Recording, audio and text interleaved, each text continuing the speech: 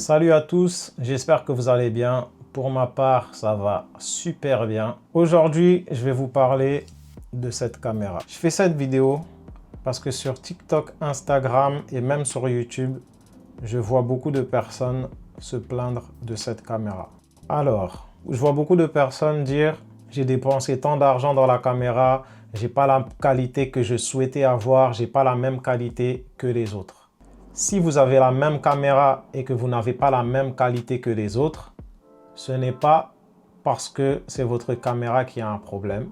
Ce n'est pas l'Osmo Pocket 3 qui a une mauvaise qualité, mais c'est juste que vous n'utilisez pas la caméra comme il le faut. Vous ne savez peut-être pas comment bien régler votre caméra, ou peut-être que vous avez copié les réglages de quelqu'un, mais du coup, en post-production, vous ne savez pas comment faire le montage de votre vidéo, peut-être. Vous ne savez pas faire le color grading, ça c'est possible. Ou votre appareil n'est pas réglé correctement. Peut-être que vous êtes en standard, peut-être que vous n'êtes pas en manuel, vous n'avez pas... Ou peut-être que vous pouvez même être en manuel, mais ne pas avoir bien réglé ce qu'il faut pour avoir une meilleure qualité d'image. Donc, ce n'est pas un problème de la caméra, mais vérifiez bien si vos réglages sont nickel. Il y a plusieurs vidéos à ce sujet sur YouTube, comment régler les caméras. Que peu importe la caméra, je pense que vous tapez le nom, il y a des réglages dessus. Et pour la DJI, il y en a des centaines, même des milliers. Si vos réglages sont bons, mais que vous n'avez pas une bonne qualité ou la qualité souhaitée, c'est sûrement parce que au niveau du color grading de votre image, il y a un problème. C'est aussi simple que ça. Parce que si vous filmez en D-Log et que ensuite vous n'utilisez pas une LUT de conversion, vous n'utilisez pas une LUT créative, vous n'aurez pas la même qualité qu'une personne qui utilise ce genre de choses. Vous n'aurez pas la même qualité que quelqu'un qui sait faire du color grading tout simplement. Moi, personnellement, je ne fais pas un grand boulot au niveau du color grading de mes images, mais j'ai des LUT spécifiques. Donc, dans un premier temps, peu importe la caméra que tu as, en l'occurrence, là, on parle de l'Osmo Pocket 3, sur le site de DJI, vous pouvez trouver une LUT de conversion.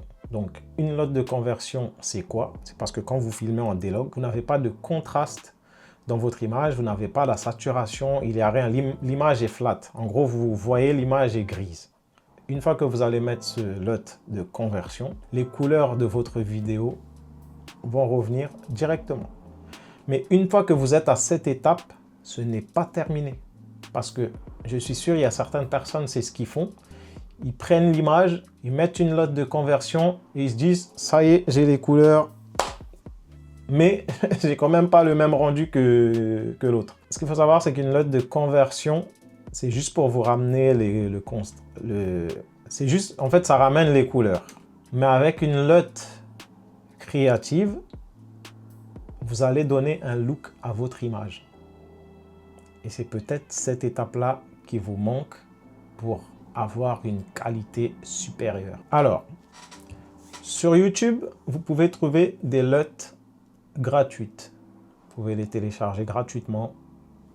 Parfois, ce n'est pas les meilleurs. Si vous voulez des vrais LUT, vraiment travailler, le mieux à faire, ça serait d'acheter un pack de LUT. Moi, personnellement, je vais vous mettre les LUT que j'utilise dans la description. Je ne suis pas en partenariat avec eux. C'est juste que j'utilise les LUT là. Et pour moi, je trouve que ça marche très bien. Maintenant, une fois que vous avez tout ce que je viens de citer, mais que vous avez téléchargé les LUT, vous avez acheté votre pack de LUT, vous ne savez pas comment l'utiliser, sur YouTube, il y a plusieurs vidéos qui vous expliquent comment les utiliser. Si vous avez regardé les vidéos mais que vous ne comprenez toujours pas comment les utiliser, faites-le moi savoir dans les commentaires. Je vous ferai une vidéo très simplifiée. Je vous parlerai avec mes mots super simples. Je ne cherche pas à compliquer les choses. Faites ça et vous allez voir que votre image va être au top du top. Deuxième partie, une Osmo Pocket 3, c'est pas pour les personnes maladroites. Je ne sais pas si c'est maladroit qu'on dit pour ce genre de personnes.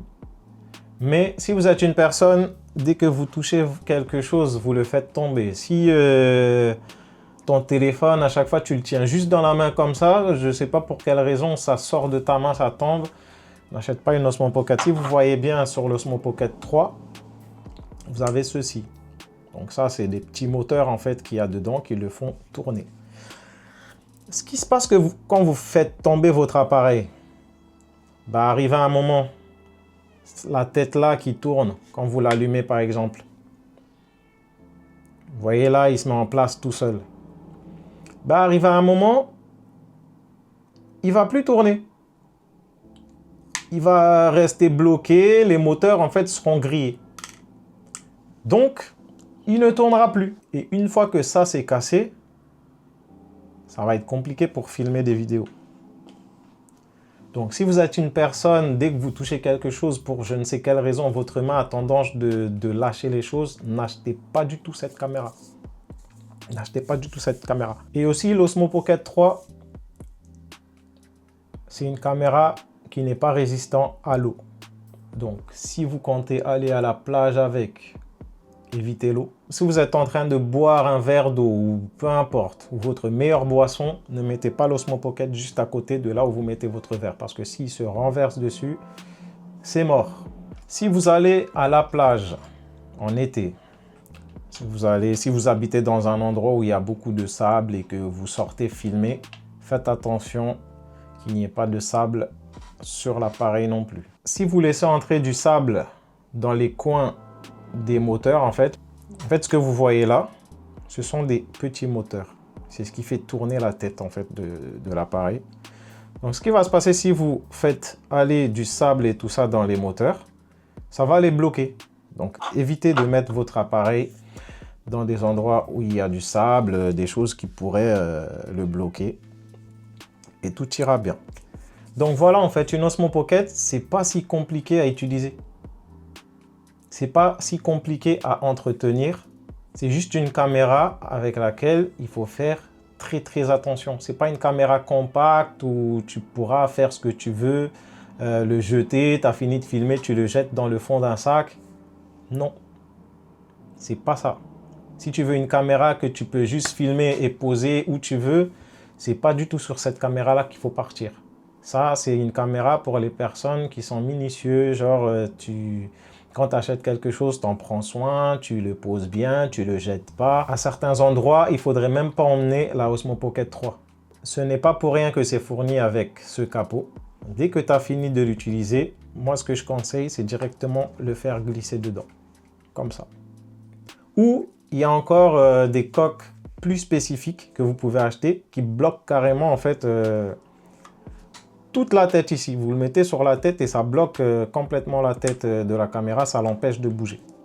Parce que là, vous voyez la coque qui est fournie avec, c'est quand même ouvert de ce côté-là. Il y a juste ce côté-là qui est fermé. Donc, partez peut-être sur quelque chose de complètement fermé, ça sera beaucoup mieux. Si vous voulez par contre une caméra que vous pouvez emmener partout, qui est discrète, qui est toute petite, je vous conseillerais de partir sur une Action 5. Une Action 5, c'est compact. Vous pouvez l'emmener où vous voulez. Vous pouvez l'emmener là où il y a du sable. Vous pouvez même le faire plonger dans l'eau. Vous pouvez faire tout ce que vous voulez avec, à part bien sûr rouler avec une voiture dessus. Mais vous voyez, c'est complètement différent. C'est pas du tout la même chose. Là, vous avez sur l'Osmo Pocket 3 un écran à tourner pour le démarrer. Sur la Action 5, il n'y a pas tout ça. Sur l'Action 5, il n'y a pas tout ça. Vous avez juste à appuyer sur un bouton, hop, c'est allumé et vous pouvez filmer. Par contre, la qualité de cet appareil la nuit, c'est pas ouf. L'Osmo Pocket 3, la qualité sera meilleure la nuit. Après, ce n'est que mon avis et ce que j'ai remarqué. Donc voilà, à toi de voir quelle caméra tu préfères. Si tu es une personne qui est maladroite, qui fait tomber souvent ces choses, tu ne fais pas très attention, le mieux c'est de partir sur celle-là. Si tu es quelqu'un qui est très minutieux, tes choses c'est comme si c'était un œuf, pars sur ça. Voilà, j'espère que la vidéo vous aura aidé. En tout cas, je vous dis à la prochaine pour une nouvelle vidéo. Ciao!